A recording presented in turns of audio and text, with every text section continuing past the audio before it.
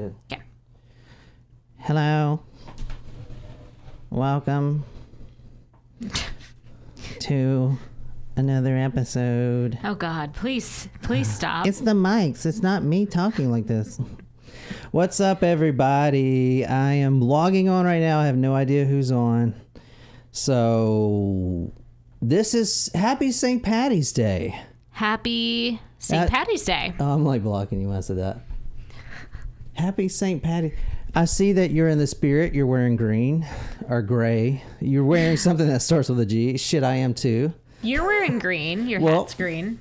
I know. Oh, yeah. There you go. So. What's up, right. Shram, Chris, Natasha?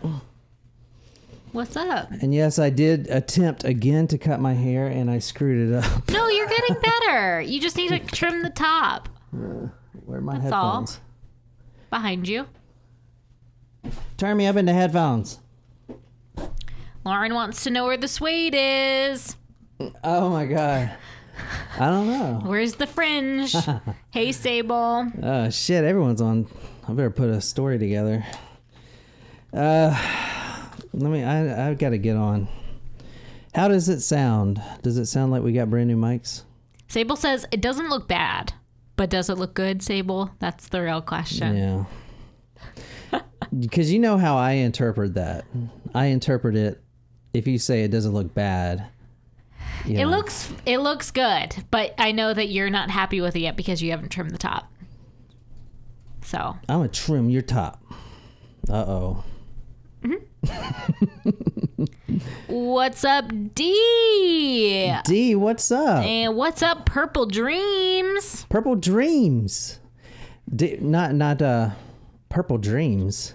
I was thinking of Purple Rain. No, I was thinking of Sweet Dreams Are Made of Cheese. D, what's up? We missed you yesterday. I was trying on all kind of Western gear. I think she saw it. She was digging. She texted me earlier today. Oh, She's nice, digging the fringe. Oh, so she texted you and not me. That's cool. Yeah. Well, you don't answer your phone, so yeah. Mm-hmm. Yeah, she texted me. So, I see you guys on here. Does it sound okay, guys? Like, I don't know. It sounds like really muffled. Does it not? To you? No. Maybe it's just these headphones. I don't know. No, it sounds good. It sounded weird yesterday, but I think whatever setting you did. Hi, Luna. Hi, Taro. What's up, Taro? Taro T? Taro T. Luna says hi, we everybody. We can do the Luna cam if you want. Luna the tuna.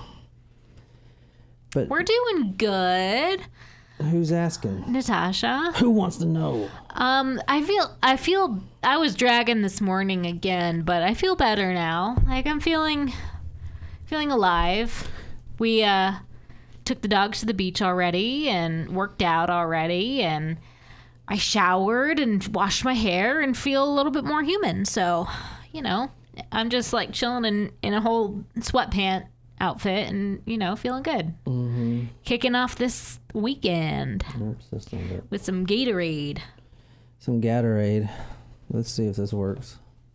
Luna, come here, baby girl. Ooh, wee, look at that. Look how cute you are. Oh my God, what happened to your eye? Jesus. Oh man. So what is up, everyone? Welcome to Talk Murder to Me. We're missing somebody today. We are. Oh man. I know. I think actually Jen's working tonight. Oh, okay. At her other job. So, because when she said she was available, not on Saturday, she was free on Thursday, but she also forgot it was Thursday yesterday. So none of us feel that bad. We all forgot what day of the week it was. And we're like over recording on Sunday if we can possibly help it. Oh, like yeah, having dude. Sundays off. I don't know what days y'all like, but Sundays for me, I mean, I'm not trying to do anything, but actually Sundays are my cleaning days. So I clean the studio. I mean, we've got like a solid weekend routine. So, it's Saturday morning, get up, make coffee, work out. Maybe I have time to go to Goodwill, check out the scene. And then we're back here ready to record by 1. We record until dinner, and then I'm toast after that. Sunday, get up, make coffee, work out, go to Costco immediately. Yeah. Then go to Goodwill. And then by that time, it's already like after lunch. I mean, we got a lot going on. Would you like to tell people what you're known as? I am known as the chicken lady at Costco. So I buy 6 to 7 rotisserie chickens every week for the dog food. They call her the chicken lady. They do. It's $4.99. They're not changing the price, and those are it's a great deal. They're big birds. They're big That's right. birds. That's right. Like Harris Teeter will charge you. It's $7.99 for like a little dinky bird, I know. dinky rotisserie chicken. So it's definitely worth it. And they're like if it's a different person that's at the checkout line or sometimes like non-Costco workers will ask me, and they're like, what do you do with all of these chickens? Or like, oh, someone's planning a party. It's like, well, okay, well, first of all, if I was planning a party, what would I do with 7 rotisserie chickens? Like maybe make a great chicken salad. I don't know. But I was like, oh, yeah, I make food for my dogs. And they're like, wow, how many do you have? Like, oh, you have, how many chickens are you getting? They're like 3 dogs. Wow, they're lucky dogs. It's kind of messed up, though, that they refer to you as, like, maybe you wouldn't like that. Like, what if you were a Karen or something and you were just like, I like rotisserie chicken and this is my meal for every day of the week. Maybe. Well, Luna is really cute, but she's missing an eye, so she is. That's part of what makes her so adorable. She's different. She is different, and she doesn't know she's different. So, hey, Martin, what's up, man? What's up? So, yes, I am the chicken lady, not the hickey lady. The hickey lady? What are you talking about? I haven't had a hickey since high school. Who the fuck's giving you hickeys? Wouldn't you like to know? I'm gonna contact them. Hey, man, get your hands off my girl. You're like, what? It's literally been 15 years or 16 years since then, but it's cool. It's cool. Don't joke on us. Guys, guess what? We're pulling out some bodies today. I shouldn't have said that so happy. Holy shit. It's a great day to talk about murder. All right. Yeah, so we're doing Dean Corll, and you know what? You don't actually have had to listen to episode 1 and 2 to listen to this one, because we're just going to be literally pulling bodies out of a boat shed and then talking about how they got there. So if you know a little bit about the serial killer, the dude's a serial killer, then you're fine, Mm-hmm. But you should go listen to those later if you want, Anyway, oh man, I just ruined the mood. Shit, everyone's having fun. No, we're all having fun. We're all having a great time. Mm-hmm. So, is anyone drinking green beer? Your can is is green. Yeah. I almost said your can is beer.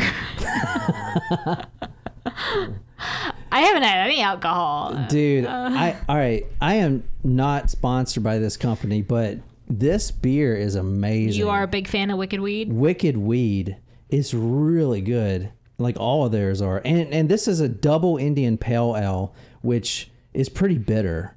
Like no one really orders pale ales, like Indian pale ales, IPAs, like especially double ones, because they're so kind of bitter. But this one's really good. Well, there you go.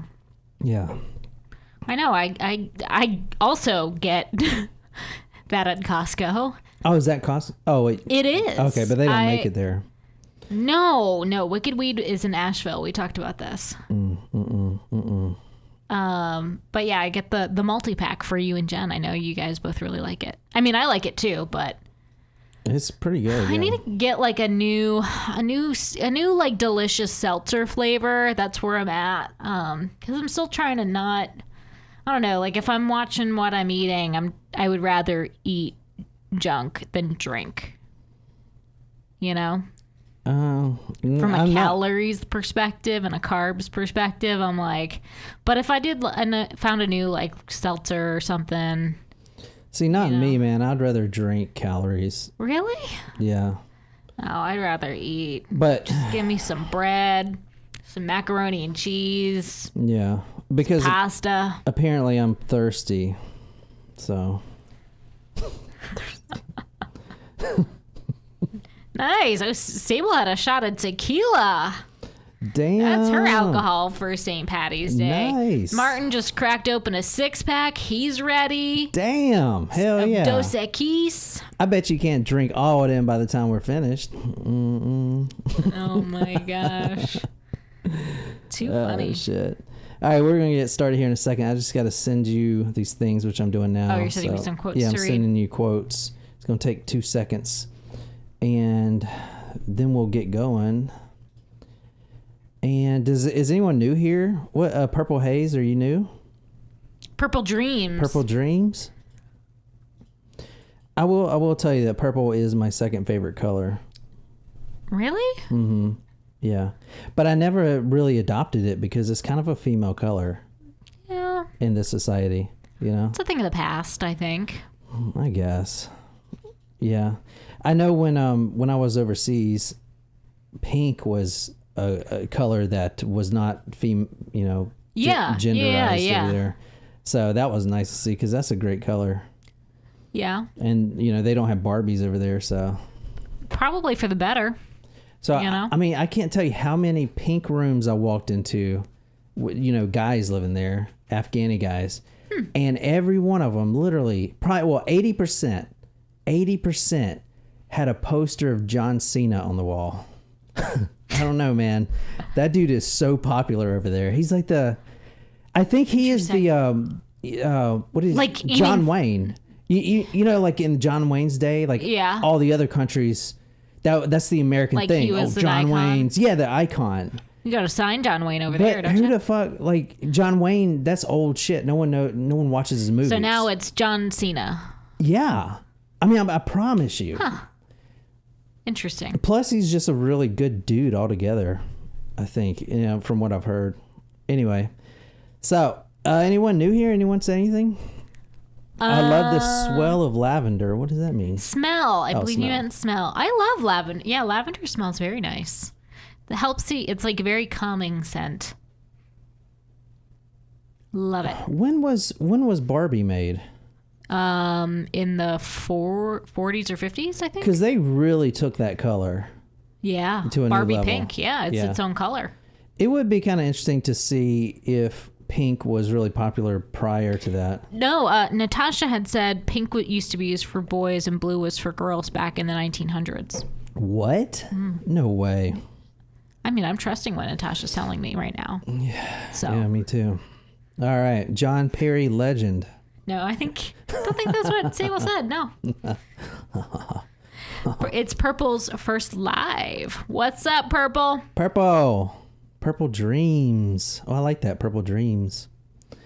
Oh man, do we have anything green? It doesn't have to be too bad, but people, Like alcohol wise? yeah, people are taking shots on here. You guys, I think we're out of sour apple, but I can go check real quick. just pour something. It doesn't have to be like the usual, but it'd be nice to. I mean, I can put some food coloring in something.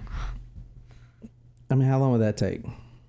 Give me 2 minutes. Okay, I think I can entertain people for 2 minutes. All right, good luck. All right, here we go. I'm just gonna sit here and stare at the camera for 2 minutes. I'm just kidding. Well, maybe I will because I don't have anything to say.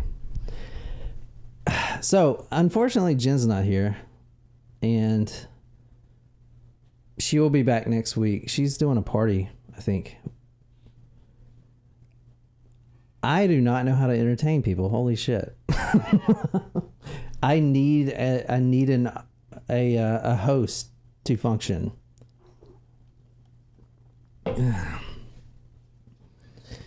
So, the weather is good. Babe, hurry up! Shit, I'm dying out here. Fuck. Oh shit. Today is St. Patty's Day, and I really don't know what that means. I mean, like, I mean, does anyone want to tell me? Like, yeah, we are streaming tomorrow. So the reason we're doing tonight is because tomorrow we're doing the rest of Dean Corll because I told you guys I'm not going to be like that guy anymore. I'm not going to be that guy who just does a little bit of a story. And I realize I've been that guy that will do like a part 1 and then don't do the rest of the parts. So I'm going to do this whole episode. I got it all mapped out and I'm just doing it in chunks. So you're going to get a lot of information. By the time you listen to all of this, you're not going to ever need to hear another podcast on Dean Corll. I can promise you that. Also tomorrow, there's a Belgium story that somebody requested in the Discord that is actually really fascinating for one aspect. And you guys haven't heard of it unless you requested it, but it's fascinating because of one thing. And so we're going to talk about that. Plus Nicole used to live in Belgium and here she is now. Thank God. They freaking everyone left. It's literally just me and Natasha here. It says, oh, nice. Hang on. You turned the air conditioner off. I know you did. No? Oh, well, it just stopped. It's fine. No, it's fine. Hang on. I spilled like everywhere. Give me a second. You got to work on a Friday? I'm just kidding. Do you work on the weekends? Who's at work right now? Who is at work? Y'all don't get in trouble, man, for watching this. And I will say this episode, like I'm showing you the crime scene photos. 10 p.m. there. Oh, yeah. Yeah, I guess it is that late over there, isn't it? So I'm showing you guys the crime scene photos. So this episode is graphic. I don't want to do any trigger warnings. I don't want to do that. But just know that I'm going to I'll give you a trigger warning before the photos. Okay. What are you doing? You're cleaning stuff. I spilled, and it was seriously a lot of green dye. Amber, where do you work, Amber? Or, I mean, you work at home, obviously, but without giving the exact job. You don't have to tell us what company you work for. Yeah, don't tell us the company, but tell us, like, what do you do? What you do, yeah. What do you do, yeah. OnlyFans. Oh, there you go. I'm just kidding. All right. There is an OnlyFans thing at on Hulu, I saw. Anyway, fuck it. Let's do it. So I did have to put food coloring in this. So. Okay, this is for everyone that's on. This is for Purple Dreams, mainly, but it's also for everyone else. Purple Dreams. Happy St. Patty's Day. Happy St. Patty's Day.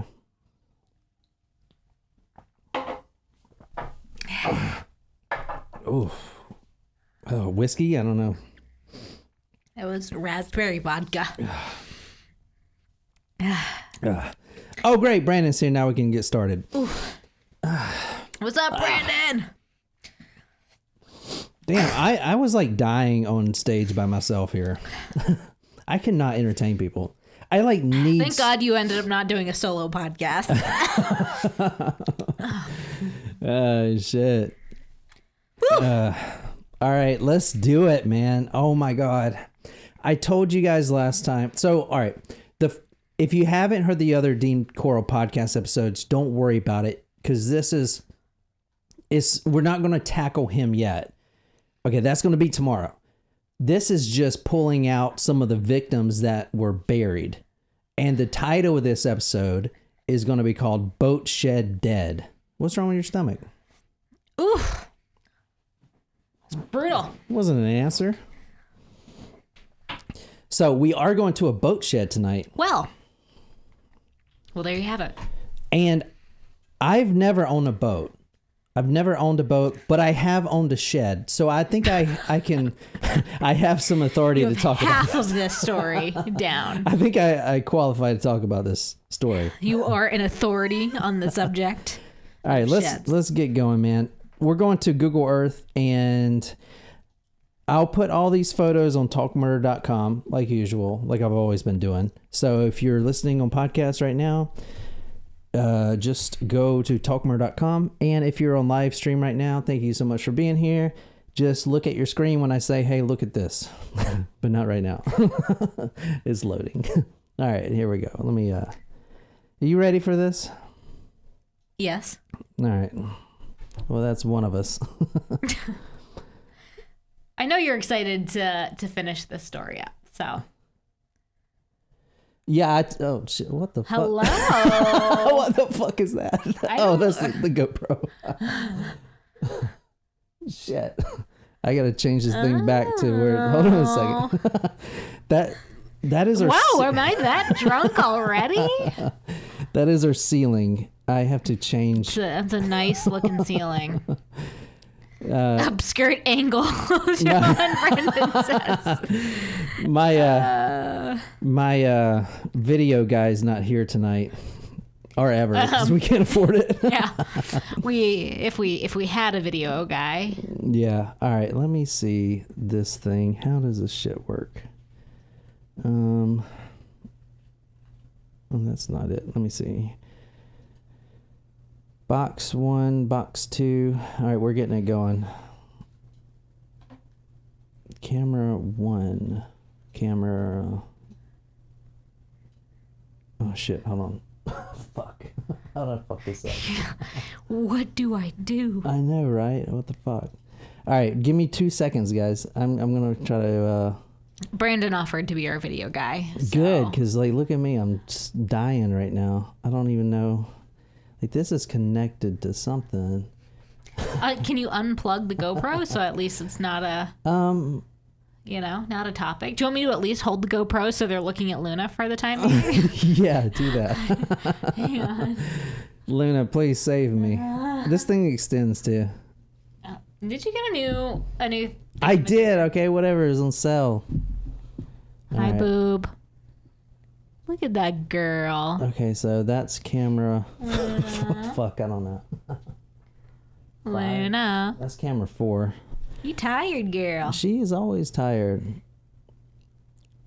She went to the beach and ran around. Mm-hmm.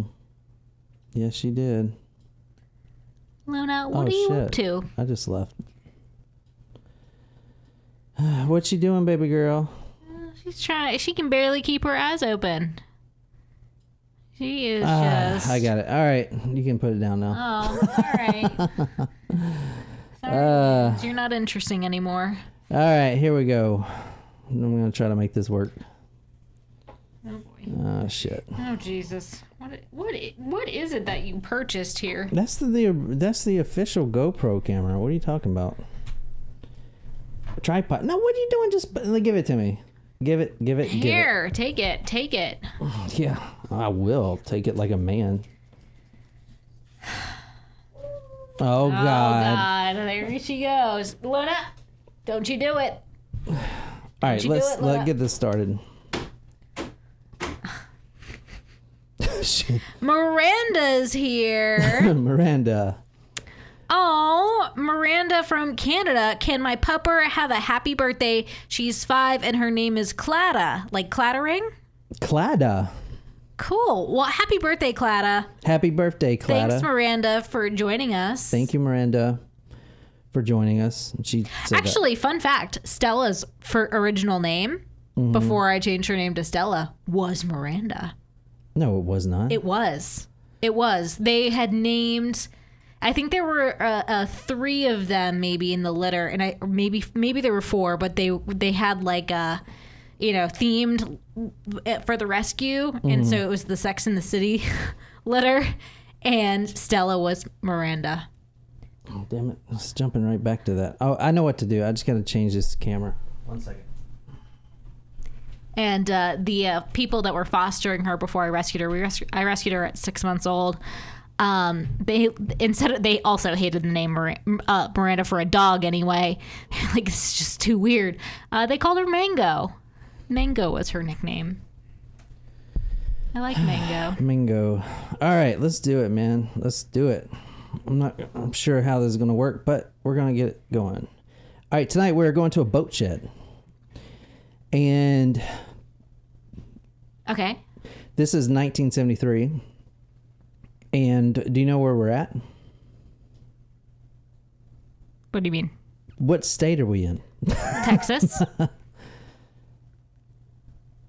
Don't mess with Texas. All right, here we go.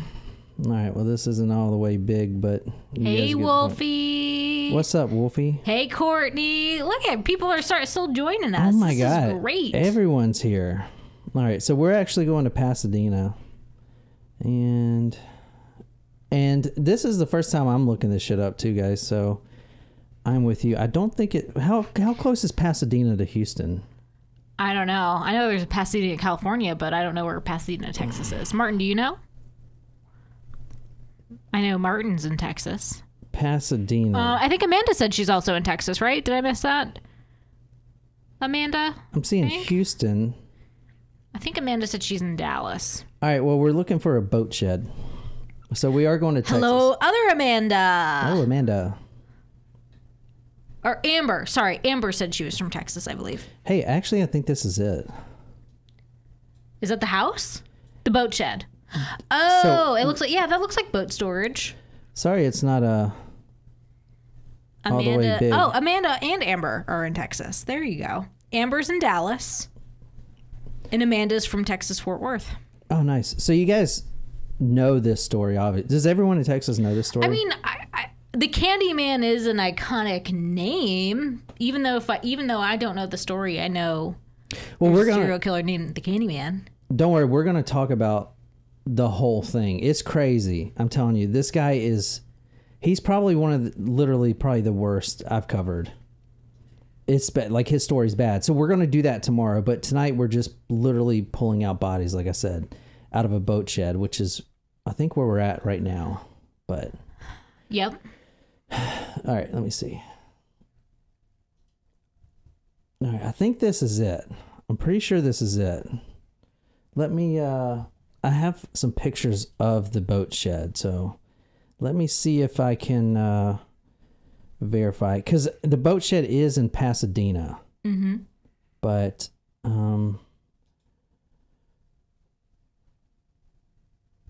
this right here is the boat shed. So so it's almost like he has his own little storage unit within the boat shed. Huh? So it like, is it he the only one in the particular boat shed? So it's almost like a little storage unit type thing, or this is Justine Corll's. No. So this is lot number 11. Okay, so it's part of a bigger, like, boat. Yeah. It's a boat storage. Yeah. Place. Okay, so it looks like it almost reminds me of like a little storage unit, or or almost like a like truck. What is it? Truck? Like a storage container. That's what it looks like from the outside, because it looks like it's like sheet metal type stuff, but it looks like it has, clear doors maybe that open up that are red. But inside it looks like boxes, maybe some plywood, some buckets of things. So it actually looks a lot smaller than it. This picture is deceiving, because check out these pictures, right? If I can get to them. Pasadena is near Houston, probably 5 or 6 hours south of where Amanda is. So here's another one inside the boat shed. So it looks bigger than it is. If I go back one and you see. Yeah, it looks like the size of a storage container. There, yeah, it looks small there, because I don't know. Yeah, it doesn't look like it's that deep, but when you get in there, it's big. I've never heard that before. But it looks like Lauren made this point. It looks like other people could access it pretty easily. Well, all right. So it's a storage unit, and it's a storage unit facility that the woman. We're going to talk about the woman who owns it a little bit, because she has some quotes in here. But as a storage unit, other people do own lots. Well, they don't own them; they rent them. Mm-hmm. But you bring your own lock. Okay. So like a padlock or something. Yeah, padlock, just like a regular storage unit. Like I said, I've never owned a boat, so I've never had to need a boat storage. Mm-mm. I mean, that would be freaking nice, apparently. But here's some photos inside of it, and you see what is this, man? Check this one out. Right here. We've been watching a lot of American. Yeah, I know. That is exact. And last night at what we were watching, they were going through a huge storage unit. And I'm thinking like, I wonder how much is that bike worth? Is that a vintage? Are you not thinking that right now? Yeah. So okay. Disclaimer. We've been watching a lot of American Pickers. Like that's all we watch now. So we get on a show and we watch every episode. Yeah, we're on season 2 of American Pickers. We got a lot to do. So I'm thinking, I mean, that's a nice piece. You know, how much you think you want? I'd be a player for $50 for that bike. I would. I mean, let's see what the boat looks like, and I'll make you an offer. All right, well, hold on. You just said something that's really weird. What? Regarding to the story. I'd be a player for. No, well, the bike. Why is there a kid's bike there? Oh, yeah. I didn't really think about that. That is kind of probably not good, is it? So a couple of things you see here. You see a Camaro. It's under a tarp. Should we not assume that there's a boat or a Camaro under that tarp? Huh? Like, is it bodies under that tarp? No, there's no bodies in here. Oh, okay. I'm just showing you I thought this was literally called Bodies in the Boat Shed. So I dive so deep in this story. We're actually going to Dean Corll's like random storage area that has nothing. I'm just kidding. No, there are a lot of bodies in here. Trust me. Okay.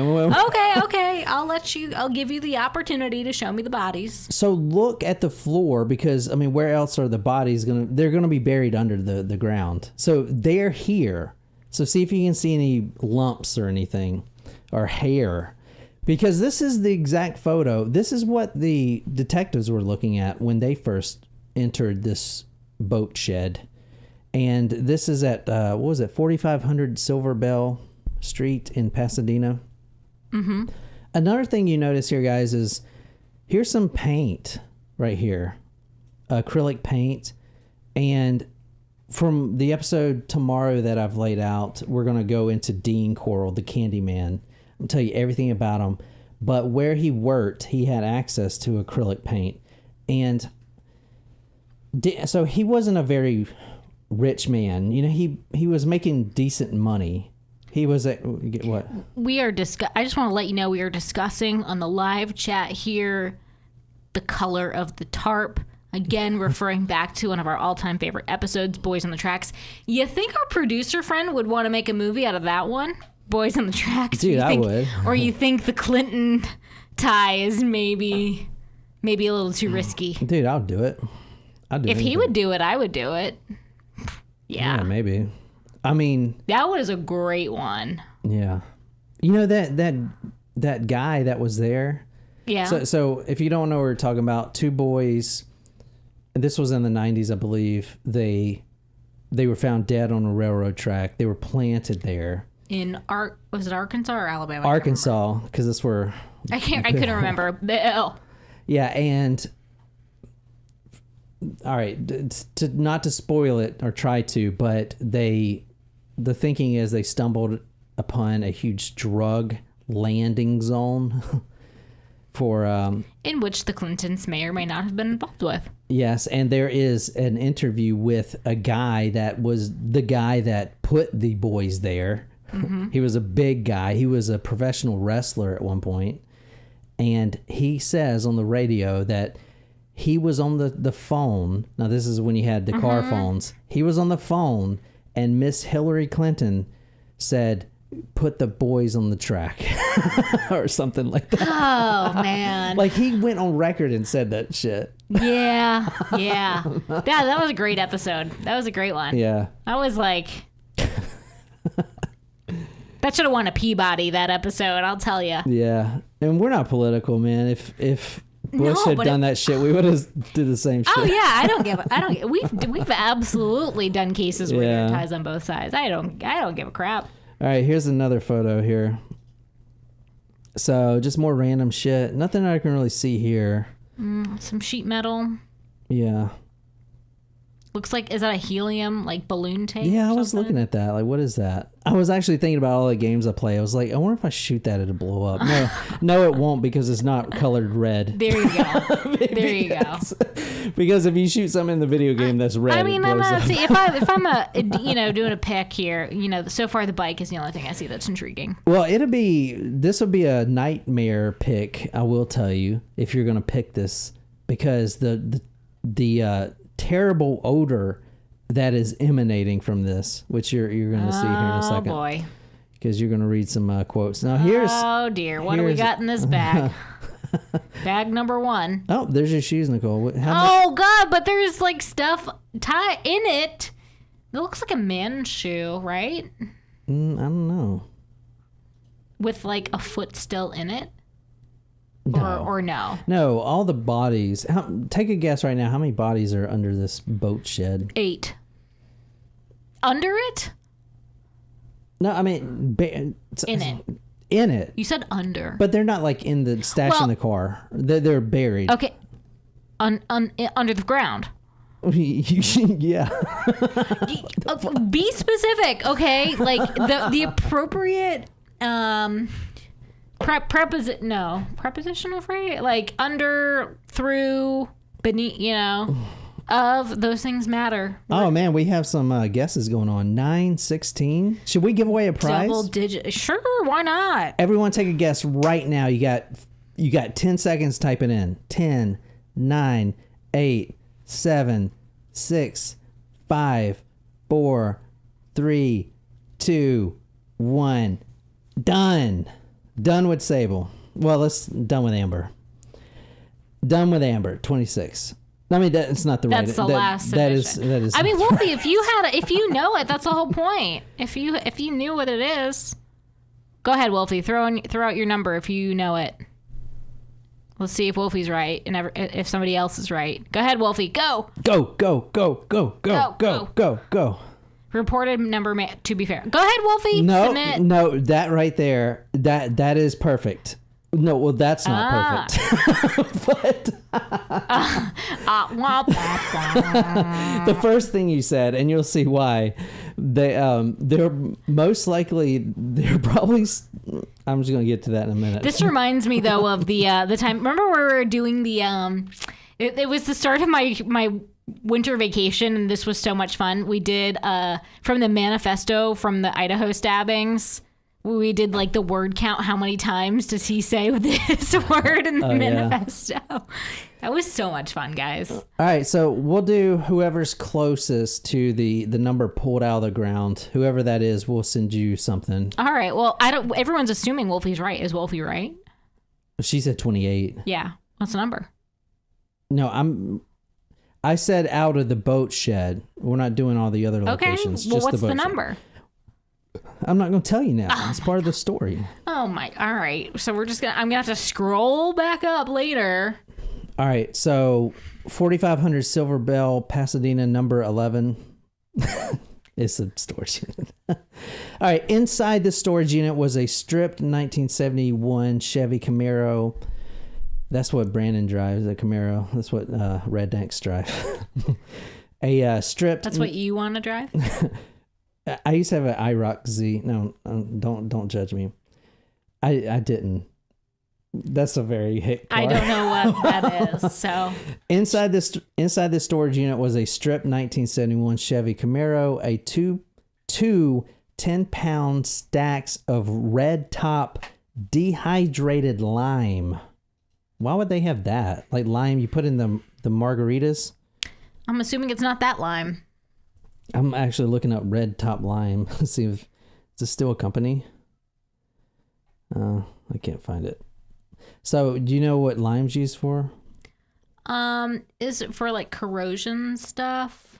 Yeah. Like CLR, you know? I love CLR.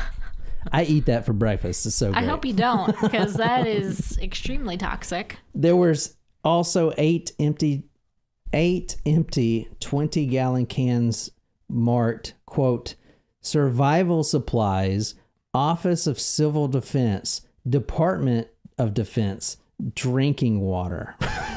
Fuck, I don't know. He was drinking lime? No, it was just random shit. And I don't know even how he got that. All right, cool. All right. There was also, as Nicole tried to bid on, a child's bicycle. There was wires, batteries, spray paint, and that bike actually matched a 13-year-old Pasadena boy because they got the, I guess, the serial number off of it, of the bicycle, because it was in pretty good shape, you saw. Right. So they traced it back to a police stolen report, and that's how they figured out who one of the multiple victims were. One of the many victims were. And it was a child. A 13-year-old Pasadena boy. He actually went missing 5 days before. Wow. That car was a car stolen from a used car lot in March, and I guess they were stripping it, the paint, recolor it, still risky. Scratch off the VIN. I mean, if you take the VIN off, still, like, you're gonna have to answer questions from cops if they stop you. Of where, like, who the fuck? Yeah. Like, what is this? Like, why is there no VIN on here? And there was a layer of white on the floor. You saw some of the white on the floor. What would the white be? Let me see. Let me go back real quick and see if I can see a picture. Cleaning supplies? Okay, I think this is what they're talking about with the layer of white. You see how it's kind of white down here, maybe? I don't know. What do you think? Kind of looks like the rocks, though. Yeah, I don't know if that's what they're talking. Maybe, I don't know. But that layer of white was the lime. So that it's like a white powder, and it's good for dissolving bodies or biological material, right? Sable asked, so is this his collection of trophies? That's actually a really interesting point you just said. And honestly, I guess we'll never know, because if you listen to last episode and you know Dean Corll's story, he's dead, so he couldn't answer any questions for himself. But that's actually a really good point, because why wouldn't he dump that bicycle? I mean, the boy they snatched 5 days ago, so it might be we just haven't gotten to it yet. But I mean, it's still a really good question. I mean, there's shoes, there were other things. Yeah, that's true. All right, so can you read the first one I sent you there? Yeah. From the book The Man with Candy by Jack Olson, quote, a small trapezoid of brownish yellow began to appear below the lime, and a sickening stench curled into the shed, as though the diggers had suddenly breached a fumarole in a sulfur pit. Combined with the spear-headed enclosed air of the shed, the effect was strongly emetic. I think that's what it says. Emetic. The detective held his nose and scraped some dirt away from his hand. It's a skull, he said quietly. Keep digging. Keep digging. That should be the episode title. So now let me jump back for 1 second. So the reason we're at the boat shed is, and if you haven't listened to the story, I'm going to briefly go through it because we started at the end. And I did that on purpose, but a boy named Wayne Henley, which was Dean Corll, the Candyman's accomplice, if you will. Right. He was helping traffic people. Yes. He killed Dean Corll. Quote, I killed Dean. That's what he said. I killed. He did. He killed his mentor, Dean Corll. And after that, it was, okay, what is all this torture stuff here? Like, they automatic. Well, Wayne came out because he came out immediately and told the truth. He said, I'm going to say everything truthfully. David Brooks, which we're going to talk about tomorrow, didn't. He wanted to kind of deny it. And, because they could have gotten away with this because they could have just blamed everything on Dean. Mm-hmm. But so Wayne Henley said, I can show you 29 bodies, basically, buried in different locations. That's why we're at the boat shed. So this is right after that happened, right after Dean Corll was killed. Now Wayne Henley, David Brooks as well, they're at the boat shed with the police, and they have some trustees, which is like prisoners to dig. And that's where we're at now. So is everyone, we're on the same page here? Okay. So this is a little just quick video of the dig. And this is from Click to Houston. Obviously, this is a old video. But it's kind of cool to watch, I guess. Let me see. I don't know if there's sound on it. I haven't watched it yet. Mama. Oh, here we go. It's Wayne. Okay, this is good. I didn't know this was on here, but this is really good. This is Wayne Henley. He's a character, man. He's a character for real. So he feels bad about all this, about helping and all this, and about burying all these bodies. So this is an interview with him. I was going to get to this later, but I didn't know it was on this video. But the media were dying to hear from this boy. This slender, face full of acne, teenage boy who apparently has been helping Dean Corll get all these boys and bury them. Mm-hmm. They finally got an interview with him, and you see him. He doesn't even want to show his face, and when he does an interview or whatever. But now you can hear his voice. You can hear kind of how he sounds. So this is great. Yes, this is Mama, baby. Mama? Yeah? Mama? Mama. Who's this? It's Wayne. Yes, this is Mama, baby. Mama? Yeah? I killed Dean. I killed Dean. Wayne? Elmer Wayne Henley Pretty funny. Not funny, but... used Cato's car... Oh, shit. So here... Dean. God damn it. Here is the video I wanted to show you of the digging. And Corll, along with Randy Brooks, are accused in one of the worst... All right, so here's them digging right here. So this is in the boat shed.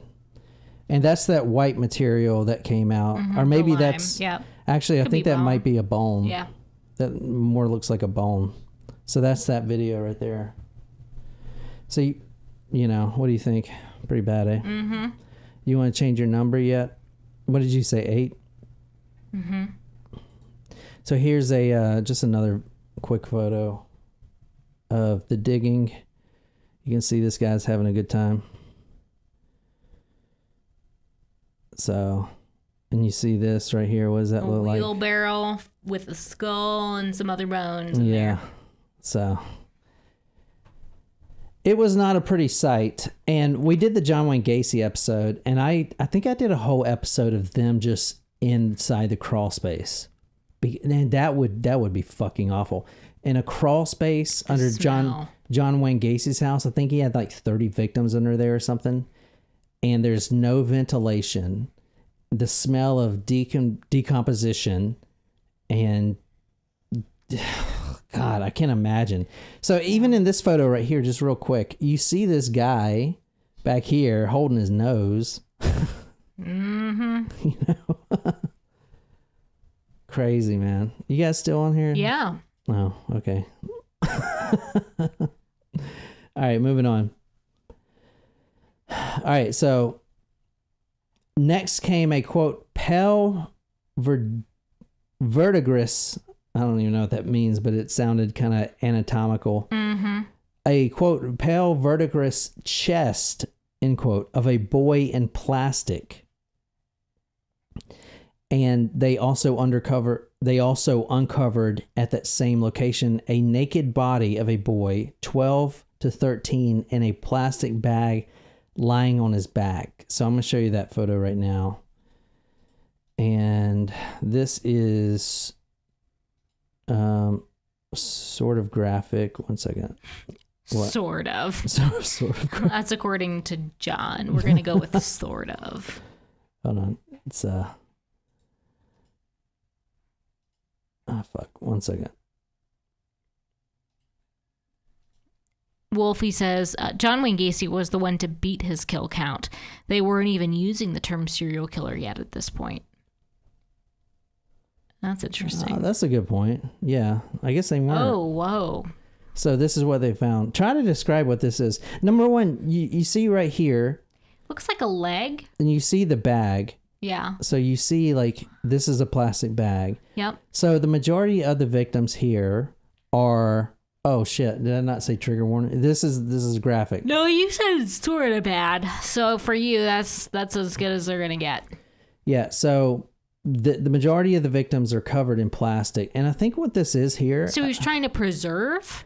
No. It So here's how he did it. He would put the lime in there, which is like a decomposing agent, and it breaks down. So he wraps the body in plastic and then pours the lime on that way that the lime isn't going to it's going to stay into the earth. Exactly, it's not going to seep out into the earth. Yeah. Got it.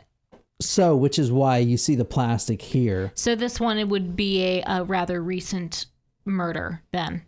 Well, so if the flesh in the body hasn't decomposed from the lime. Well, so these we know. Well, so no one knows exactly how many he's killed.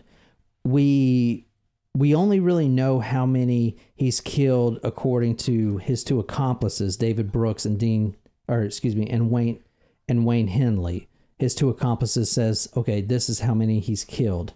Right now, the total is 28, maybe 29. That is probably an extremely low number, because that is saying that Dean Corll only started killing when he had accomplices.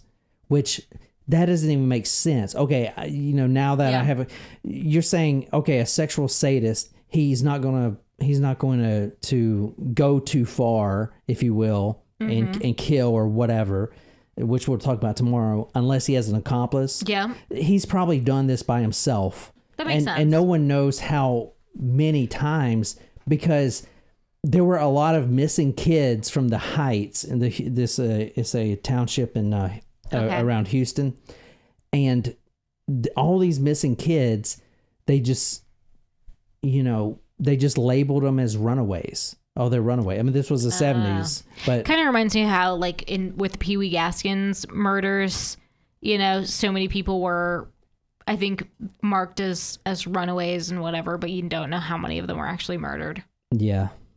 Particularly murdered by Pee Wee Gaskins. So now the bodies are starting to come up, and here's another one right here. I think this is the same photo, maybe. I don't know. It's just a better quality, maybe.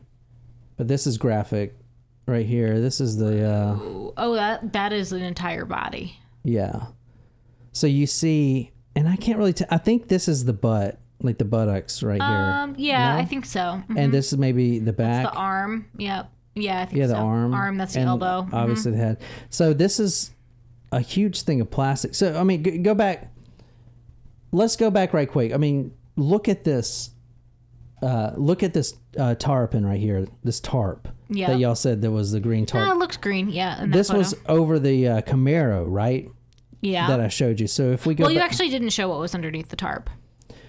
Well, yeah. I mean, I don't have a photo of that, but this is the same tarp. You can see it's the same tarp here, right? P.S. Hey, Colleen. Oh, what's up, Colleen? And so you see it's the same tarp kind of thing. I mean, so this is how far the body was buried. So let me go this photo here, and then going back to this. So it's like right here, right? You would say like right here. Yep. I mean, so it's crazy. I mean, that shit. Sorry, I keep putting that one up. So this one's just, oh man, nuts, right? Yeah. Yeah. All right. You still gonna stick with that one number? I mean, I can't change it now. Outside Wayne Henley, the video, Mama, I killed Dean. What you looking at your watch for? You got a date? No, I got a message. Mm-hmm. From who? That boy in high school that gave you a hickey? Well, you're gonna harp on that one for a long time, ain't you? Wayne is outside crying in the car. Now Wayne goes through some different different personality changes, if you will. He is real relieved, as a lot of killers are, once they admit to everything. He's real relieved. But then he goes through this depression and this just mood swings, basically. And that was him on the phone. Mama, I killed Dean. Now, we're going to talk about Wayne Henley a lot, because the reason why I want to go into him is because he is trying to get parole right now. And he may actually get out of prison. Yeah, so David Brooks died of COVID. Oh, wow. Yeah, exactly. Which we're going to talk about him too, but Wayne more importantly, because he is actually trying to get out of prison right now. So I want to structure the episode on saying, should this guy be allowed out of prison or not? You know, we haven't really went into his part of things.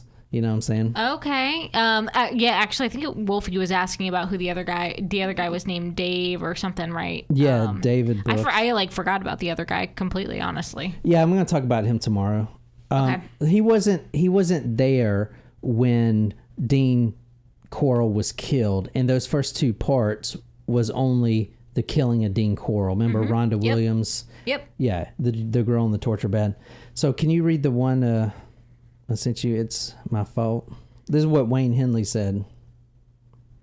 It's my fault, Henley said. I can't help but feel guilty, like I done killed those boys myself, 'cause I caused them to be dead. I let them straight to Dean. Sorry, I had to read it the way you typed it in it. No, so that's from the book, the Jack Olson book. So he really goes for the Houston accent. Yeah. So I'm going to try to read it. It's my fault. I can't help but feel guilty. I done killed those boys myself. Like I done killed those boys myself. I caused them to be dead. I led them straight to Dean. straight to Dean. Do. All right. Closer to the center of the boat shed, they pulled out, and this was 8 inches down, they found a layer of lime, bodies of 2 more teenage boys, one shot twice in the head, the other strangled with a Venetian blind cord, which is one of those, I don't know if, we still have those, right? No, we don't have those. But the blinds, you pull down the string and the blinds go up. Now the blind, and a lot of these victims actually had the Venetian blind cord still knotted around their necks. Now this photo here is super graphic, so trigger warning on this. This is probably this is the worst photo of the case.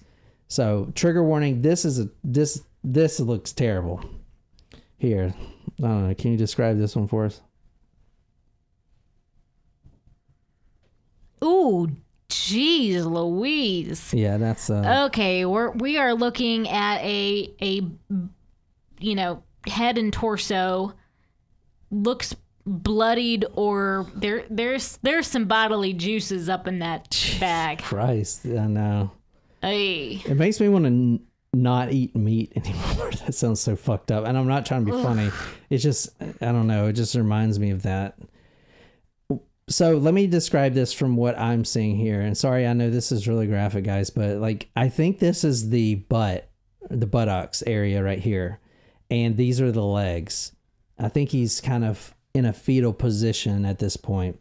So this body is in plastic, and the lime, this is obviously a new body that has been put there, and the body hasn't even broken through the second layer of skin yet. It's that bloody, layer of skin. Was it the dermis or some shit? Mm-hmm. So that's what you're seeing. That one's fucking terrible. Now, keep in mind, all of these boys, with the exception of one, and not a good exception, by the way, are between the ages of 11 and 13. So these are all young kids.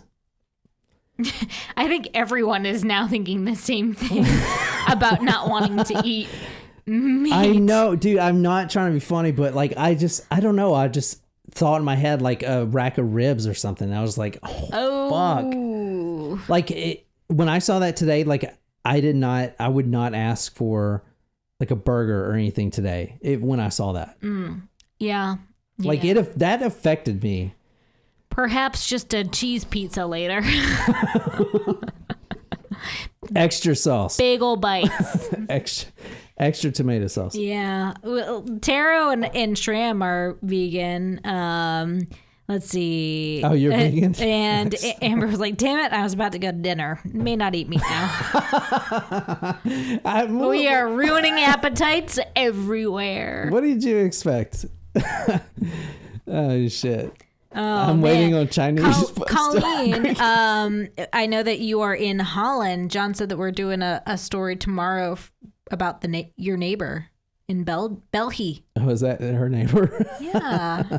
I don't know. Belgium's right next door, man. Oh, okay. You've been everywhere. Hey, Amanda, while you're waiting on the Chinese, I did a weird story. I could still eat Chinese food. The serial cat killers. You should listen to that. Why do you want to ruin it for everyone? Remember I did that story with... I do. That affected me, man. I'd rather... This is fucked up, but I'm just going to say it. I'd rather see humans die than animals. I don't care what animals, totally. man. Like, so I did a whole story on serial cat killers. Like, they would go around neighborhoods and kill cats. Man, and that makes me sick, man. She heard it. She remembers it. She remembers that episode. There you go. That was probably my least popular episode, obviously, because no one cares. All right, closer to the center. Oh, I already said that. So can you read the next one? Hang on. Here we go. Damn, we already been on here for an hour? Holy shit. Okay. From the book The Man with the Candy by Jack Olson, the boy had been strangled with a Venetian blind cord, still knotted in a tight noose around his neck. The mouth was open so wide that all the upper and lower teeth showed.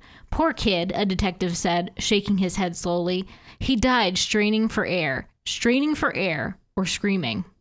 That's freaking terrible. I didn't know how hard it was to kill someone strangling them until I read this book. And apparently it's pretty hard to do, even a kid. I guess they just do not die if you strangle them. I don't know. Good to know, I guess. Hey. Anyway, so this boat shed, he's been renting, Dean Corll has been renting this boat shed since November 17th, 1970. He was killed in 1973. Like this. That's a lot of opportunity. So was there a space before this? Because this is actually before he started renting this boat shed. Dean Corll never owned the boat. He starts renting a boat shed before he even meets Wayne Henley and David Brooks. Well, he met them before they became his right-hand men. He's renting a boat shed, not planning to put a boat in it. Like, is there another location somewhere that no one knows and no one will ever know? Probably. If it wasn't for Wayne Henley, this would be the only bodies we have. There are a few more other locations that we're going to talk about. Oh, wow. This is so the boat shed and the boat facility is called the Southwest Boat Shed or something like that. I have it in my notes, but anyway, it's owned by a Miss Myener, and she is a sweet old lady, and she rents this out, and she actually loved Dean. Dean was the nicest person ever, which we're going to talk about. Everyone has so many great things to say about Dean. He was a nice person. He's the sweet candy man. Oh, no. So since 1970, he's been renting this boat shed for $20 a month and, quote, never a bit of trouble, end quote, said Miss Myener. If you want to read what she said. In an old grandma sweet voice. Please. Why, he was the nicest person you'll ever meet, she said. He had the most infectious smile you'll ever see. You mean Corll? Yes, Dean. Why, we were always talking to him. Just a week or two ago, he offered to give me some plants. He'd go out of his way to visit with me. Oh, she sounds so sweet. She said the only thing wrong with with him renting there, I mean, he always paid on time. He was very nice. He would bring her candy. He's the candy man. He would bring her pralines. And the only trouble, and it wasn't even that trouble, and it wasn't his fault, apparently. I mean, it's not his fault. But after really heavy rains, when it just pours down, and the water kind of seeps under the boat shed, it's so small. I shouldn't even mention it, really. But, other boat owners notice this terrible smell emanating from his storage unit, his unit. And that was pretty much the only trouble. That and one other thing I need to say, because it's really not even that big of a deal, but there was this neighborhood dog, kind of like a stray, and he would always just run over to Dean's unit number 11, and just sit there for hours, scratching at the door and whining, scratching the door. You know how dogs do. Probably I shouldn't even mention it. It's not even that big of a deal. Jesus Christ. Now you know. You should always mention it. Another time, the sweet old lady, Miss Miner, recalled him sitting alone in his van until everyone else left. All the staff members, all the other boat owners, everyone left. She was in the office, Miss Miner, and he sat there for 2 hours waiting. Everyone finally left. Quote, he just waited patiently, Miss Miner said, and then he got out and began unloading something. We figured it was something he was proud of or something he didn't want to show. Well, you figured correctly. And I will say one last thing about sweet old Miss Miner.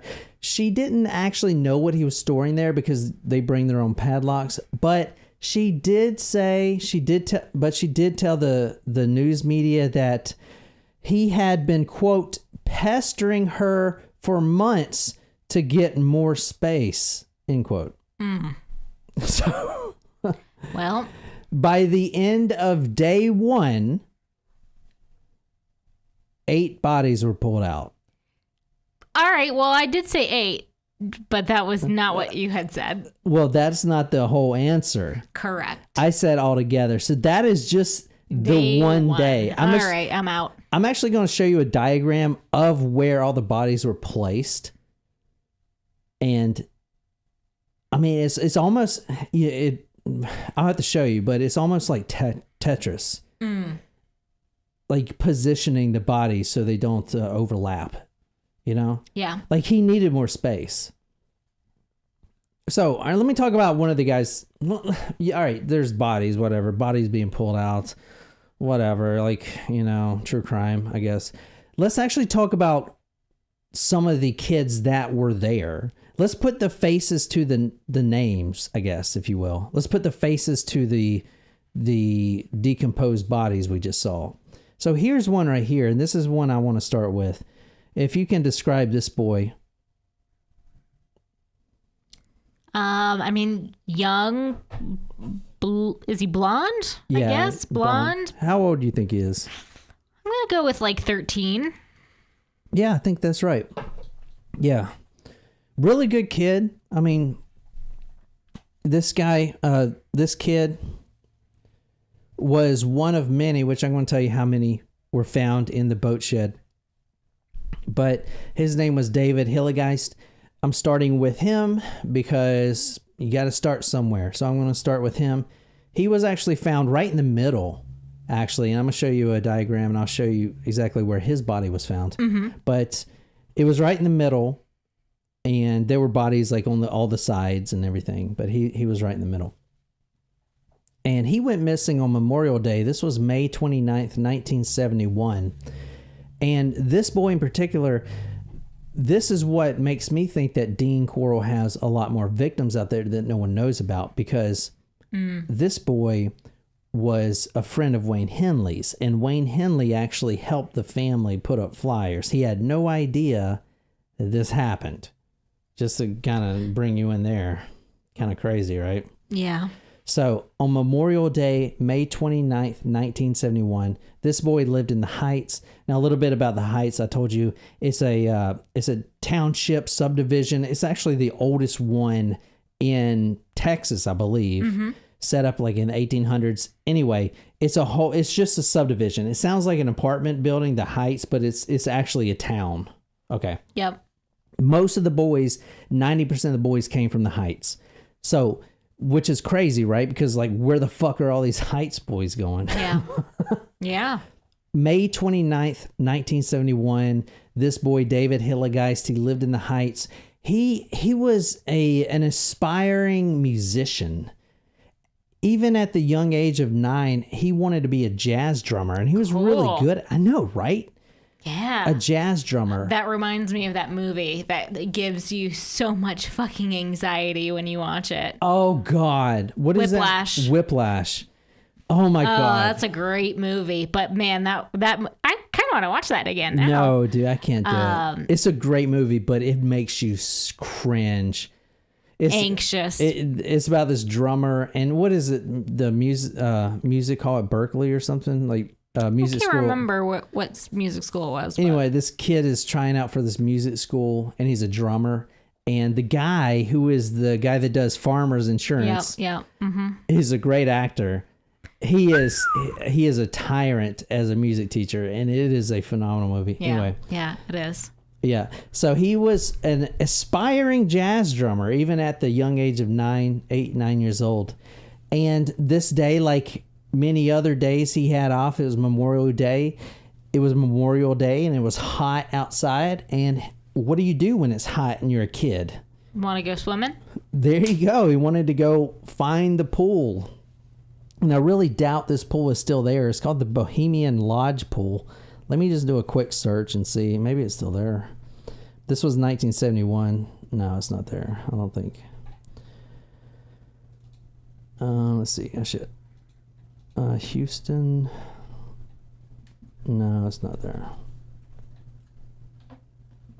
Anyway, so he wanted to go to the Bohemian Lodge Pool, but his parents, his mom, especially Dorothy, was not a helicopter mom, I would say, but she was very protective, especially because, there's been reports of kids going missing from the neighborhood. What are you saying on live chat? What?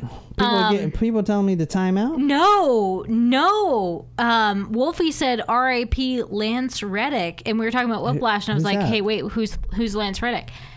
Oh my God, it's Cedric from The Wire. Who? Him. He died today. What'd he die of? I don't know. Oh, man. Because Omar died. Oh, I know Omar died. He was the best character on The Wire. Damn, that's depressing. Who said that? Wolfie. He died literally today. Oh, that's really sad. He was a great Natural actor. causes. What? He was like 40 years old, 50 years old. I don't know how old he was. Damn. I know the guy Omar from The Wire died, and I haven't done this story. I thought about doing it. I think he died of a fentanyl overdose. Oh, but wow. I think there may have been more to the story. Like maybe there were, and I have not done the story, but there were a couple friends he was with, and it may have been like a hit. I don't know, though. I haven't done the story. But I will say also the XX case is going on, and guess who? Like it's popular again? No, it's the case is actually was going on, or is, Yeah. they're prosecuting the shooters. But guess who was implemented in the case as being the one to order the hit? Who? Starts with a D and rhymes with rake. Drake? Yeah. What? I'm serious, man. I don't know. Well, they can't prove it, but his name came up, man. I promise you. I was thinking about doing the story. again. You know? Dang. I think we need to add like Drake into the byline somewhere so that way the episode we did shows up. Drake. Well, you see the hashtag I put on there. Shram goes, I never liked Drake. I believe it. Started from the bottom, now we still at the bottom. I mean, I'm not a huge Drake fan, but there are definitely certain songs that I like. Yeah. I'm just saying, and that's not speculation. That comes from a very reputable source. I was thinking about doing the story again. We can't handle that story again. Dude, I don't see why people like that music. I guess I'm just old.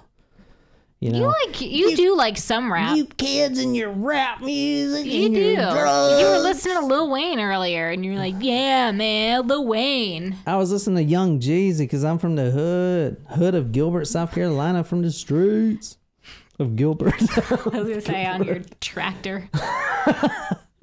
With your cows. You didn't even say anything about the description on the video. Did you see what I put?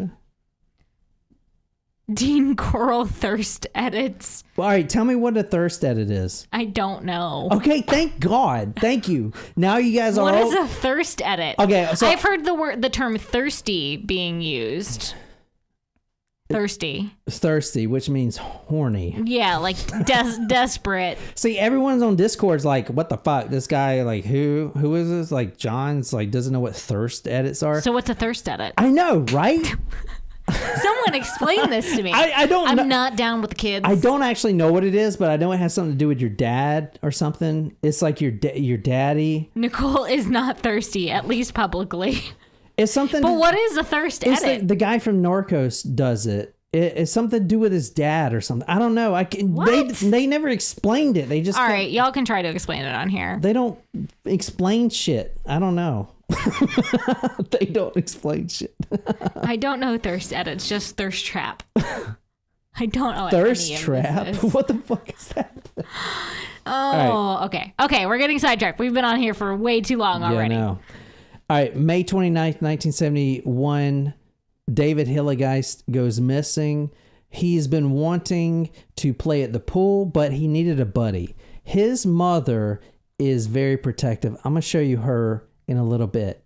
And I could do a story all on its own about the heartbreak of a mother losing her child. And this was the perfect family to do it because it shows you how horrible the effects can be on an entire family. The mother eventually loses her voice because of this. Not from screaming, but some people just they go mute. It's really weird if you've ever seen it. Like people will just something happens and they I think it's like a psychological thing, but she just no more, right? Wow. It's weird, but it's the stress. So much stress and so many nights of waiting by a phone that never rang. I mean, it's just terrible. She is distraught beyond words. But anyway, David Hilligeist was a mama's boy and she protected him. She loved him dearly, and she sure as hell would never ever let him go to the pool by himself. So he went with his neighbor, which they loved his neighbor, and this is the neighbor right here, which I'm going to talk about him in a second, but this is him. Can you describe him? I believe this is them together, actually. Look, I mean, he's it looks older. like maybe like 16, 17. Yeah. And a 6-year-old maybe next to him. Okay, so I believe he's 8 there, and the neighbor is 11. Amber says, off to dinner, sad to miss the final body count. Don't worry, we'll give you an update tomorrow when we're live. We might record a little earlier than we normally do tomorrow. Depends on how with it we are. All right, well, have fun at dinner, Amber. Don't eat meat. Thanks for thanks for being here. Seriously, awesome. Be back tomorrow if you want. Free candy. Free candy. Anyway, she told her son, "You cannot go to the pool by yourself. You need to find a buddy." So He got his neighbor, which his neighbor's, the boy was named Gregory Malley Winkle. Now, everyone calls him Malley. So in a quote, maybe one or two quotes, you might see the word Malley. That's what he went by, but this is him. He was a very handsome boy for his age. I mean, he kind of has a Kennedy look to him. Mm-hmm. Almost. He kind of reminds me of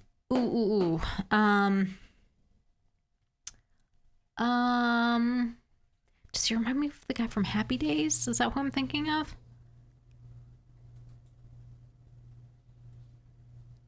I need to do my hair like that. Man, I fucked my hair up. You want to see it? It's terrible. Y'all don't want to see it. Yeah, he does kind of look like the guy from Happy Days. Yeah. Yes. What guy? I don't remember what the character's name is, but him. Yeah, I guess. I never watched it. I was more of a Fresh Prince kind of guy. Keep my wife's name out your fucking mouth kind of guy. Anyway. Is it Ron Howard, actually? Holy shit, I think it's Ron Howard. Ron Howard? Yes, when Ron Howard was a kid, that's him. That looks like him. Oh. Yeah, Ron Howard. Holy shit. There you go. Ron Howard, what's up? Thanks for listening, bud. I'm just kidding. You got important things to do. Dorothy described her boy as small, delicate features, 5'3", less than 100 pounds, quote, ate like a gerbil, end quote. Was scrappy, though he often proved himself. He never backed down from a fight, but he was a small boy, even for his age. And he goes with Malley, and they're both together. So he does recruit his neighbor Malley, and they're good friends. They're only 2.5 years apart. They're good friends, right? But they both go to the pool, the Bohemian Pool Lodge, together. However, when police went to the pool, they saw that neither Gregory or David had signed into the pool registry for that day. Okay. So that's something to worry about. Now, police get a lot of shit for this. I mean, the Pasadena, Houston police get a lot of shit for this because they would just label David Hillegeist as a runaway. The mom knows good and damn well her son didn't run away.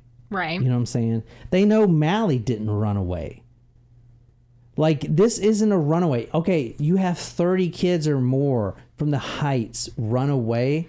Like, and they're boys too. Isn't like hitchhiking to Woodstock or whatever, the hippie thing? Isn't that a female thing? Don't y'all hitchhike? No, it's definitely not like a male or a female only thing. But this is probably like based on the area. I don't know if people are really. I don't know. It's like this is very specific to an age range, a type. Like you could say people of all ages and genders and whatnot can go missing. You know what I mean? And it'd be like mixed, but this is very specific. Yeah. You know what I mean? Yeah. Very specific. Young. Yeah. Specific.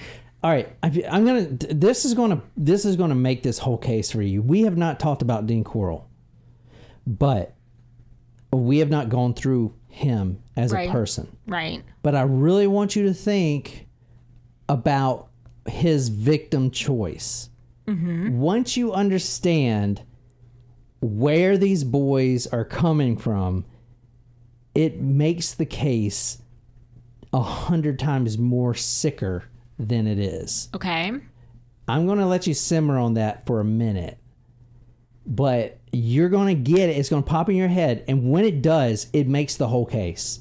This one fucking fact makes the entire case. This is a crazy one. This is a crazy case. I mean, the guy is really sadistic, by the way. And we're going to get to how he kills and everything.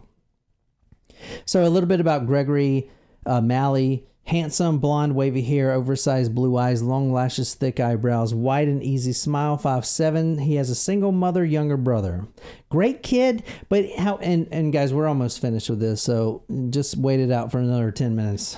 I know. And then we'll be back on tomorrow at what? 1? Maybe noon. Maybe we'll try to be ready by noon. I'm finished this bad boy up. Plus, we're going to do a special story for Supremos. You want to do that for Supremos only? Sure. Yeah, we're going to do that for you guys. So, be sure to tune in tomorrow. But this is almost over, so, stay with me.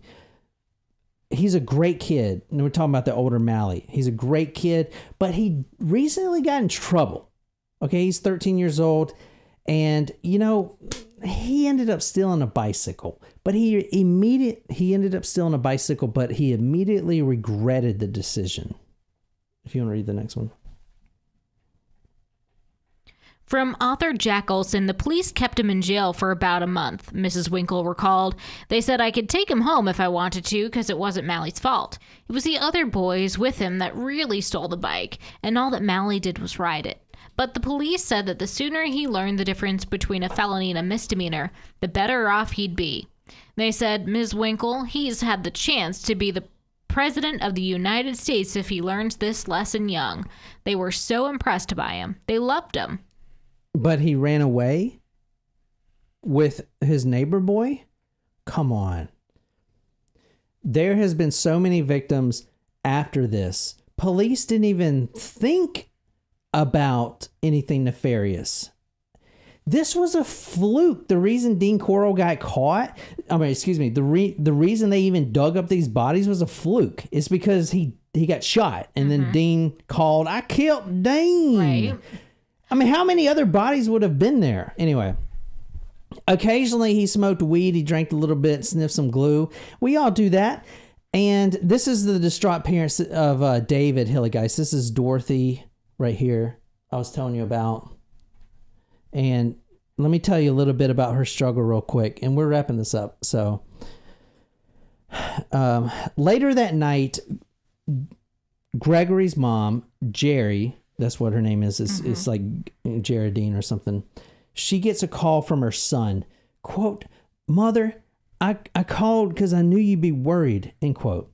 She could hear a muffled whisper in the background, instructing him on what to say. Now, we think that muffled whisper was Dean. Dean Corll. Okay. We're in Freeport, Mother. I called you to let you know where I was at. The mother says Freeport. Oh, excuse me. I'm just yelled. The mother says Freeport. That's 60 miles away from home. You said you were going to a swimming pool, the Bohemian Lodge, 6 blocks away. How did you end up at Freeport, which is close to the Gulf of Mexico? Like, what are you doing there? How did you get there? You don't drive. Like, can you read the dialogue there? What are you doing out there? She said. What in the world are you doing there? Mally, you know better. You've never... I'm out here with the kids. What kids? Mama, there's just a bunch of boys and we're having a swim out here. Jerry Winkle asked how he had managed to get to Freeport 60 miles away, and Mally said the kids had driven him. He said that the others were out now, but any minute someone would return and drive him home to Houston. Mrs. Winkle said, You know better than to be out this late. She hung up the phone. So, her son has been to Freeport many times. He knows it, but he knows that city like the back of his hand. Okay, so having someone else in the background whisper, "You're in Freeport," like that doesn't make sense. Like, he's been there plenty of times. He doesn't need someone to tell him where he's at. So was he blindfolded? Why was he 60 miles away? So Jerry, the mother, woke up at 4:30 a.m. Gregory was still not home. She started phoning the other parents. Neighbors recalled seeing David and Mally talking to a man in a white van. They climbed in and the van drove away. All right, the Hilligeist family. From the Hilligeist family, the next days up until December, literally up until Christmas, an empty Christmas without their son. They stopped eating, Sleep came in short spans, interrupted by nightmares and shiverings. Repeatedly, they awoke with the same words on their lips. It's not real. It's all a nightmare. I'm awake now. And then had to face the loss over again. Dorothy was so distraught. The mother, Dorothy, was so distraught that she eventually lost her voice. That's the shock of losing her beloved son. Fred, the husband and the father, was so distraught over losing his son. And not only losing his son, it's different if your son dies in a car wreck or if your son overdoses or whatever. That's terrible, yeah. But if you don't know what happened to your son and if he's dead or alive, that is even worse. The father was so distraught that he was unable to work for at least 6 weeks. He would just sit home in a suit of depression and grief. They installed a new phone with a brand new phone number in the home. Do you know why they would do that? Why would they immediately put a new phone and new phone number? Because the old phone was for the missing son. They instructed all their friends, all their families, all their neighbors, all the telemarketers, hey, do not call this number anymore. This phone is for my son. If he ever calls, it'll be on this phone. And Dorothy and Fred, they sat by the phone every night, that old phone with that one number, waiting for that call that never came. That is fucking terrible. That's sad. If you want to... In the early morning hours, Mrs. Hilligest would stare at the phone, willing it to ring, but it remained silent, her prayers unanswered. Willing it, please. Oh, David, please. That's terrible. This kid was 13. Yeah. By Christmas time, it was an empty Christmas. Gregory's mother said, quote, she was like a woman running around in a trance. A nervous trance. She couldn't face the truth. So crazy, right? All right, so we're finishing this up right now, I promise. So the Hilligeists were very protective parents. Once David was 8 and Mally was 11, they had been at Mally's house, but the mother found out that instead they had visited a candy store. Okay, this is, and this doesn't, when her son goes missing in 1971, none of this is like, oh my God, the Candy Man. Like, what the fuck? Is it the Candy Man? None of this starts spinning because he's a nice guy. He's a nice candy guy. Like, this was a one-time thing. Like, what the fuck? Anyway, when a few years ago, when he was only 8 years old, Mally took him to this candy shop, the Corll Candy Company. And if you want to read the next one. We went someplace to visit, the child answered. Mrs. Hilligest spoke sternly. David, you know you were supposed to stay at Mally's. Whenever you go to somebody's house to play, that's where you're supposed to play. Well, Mally knows this man that has a candy factory behind the school on 22nd, and he's real nice. He has a pool table and everything. He gives us candy, and there wasn't anything wrong with it. Okay, before we go any further, and we're almost finished, I promise. I know I keep saying that. But I want you to that thing that I was telling you to realize about this case that makes it 10 times worse. That candy store, the Corll Candy Company, was right behind the Helms Elementary School. Okay, so that's a fact that we know. Check that off. Okay. Another fact, most of the victims came from that area in the Heights. Check that off. Okay, most of the victims, like David Hilligeist, was between the ages of 11 and 13. Check that off. Most had known Corll, the candy man, throughout the neighborhood. Check that off. I told you that at the time, I told you in the last episode, that at the time, the elementary school kids, years before, elementary school kids at Helms Elementary School would always go to the Corll Candy Company because Dean Corll would always fill their pocket with broken candy that he can't sell. So, and he did this for years.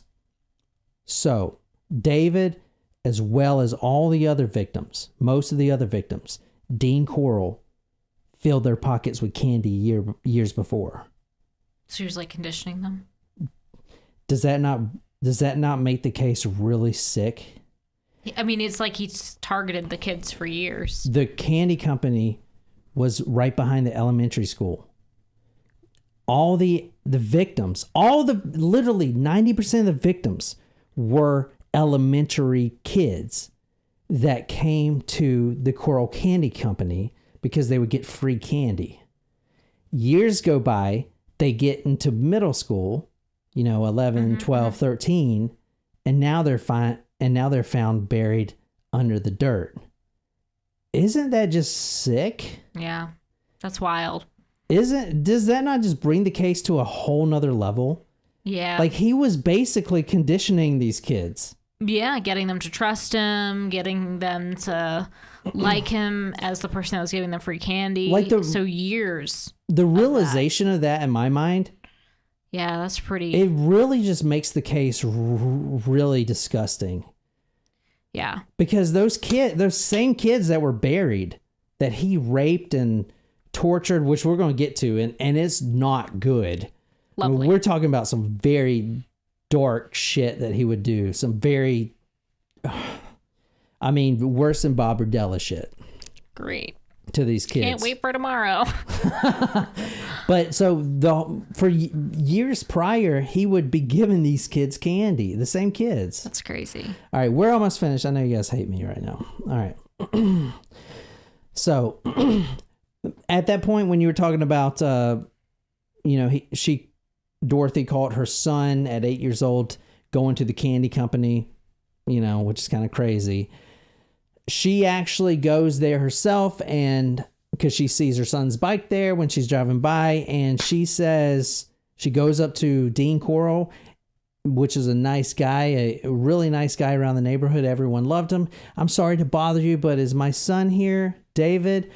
And he would say, quote, "Yes, ma'am," the man said politely, and produced Mally and David from the back room. Slightly ill at ease, Mrs. Hilligeist offered to buy some candy. The man sold her a small box of pralines and divinity for $1. Quote, "And it was right good candy. I can still taste how delicious it was." End quote. That's fucked. Yeah. She would later find out that Mally's mother, Jerry, and Mally worked at the candy company part-time. They got jobs. Oh, wow. So Dean was actually conditioning Mally as well. He was working at the candy company, like sweeping away pecan shells and stuff like that. And when Mally was 10 years old, he came home and told his mom that the candy man had offered him a job sweeping up pecan scraps and peeling caramel off the floor. The mother was also offered a job dripping praline. So I told you to take a guess of how many bodies were found in the boat shed. Everyone was close, but this is the exact number. But that exact number was 17. And this is the positioning of the bodies in the boat shed.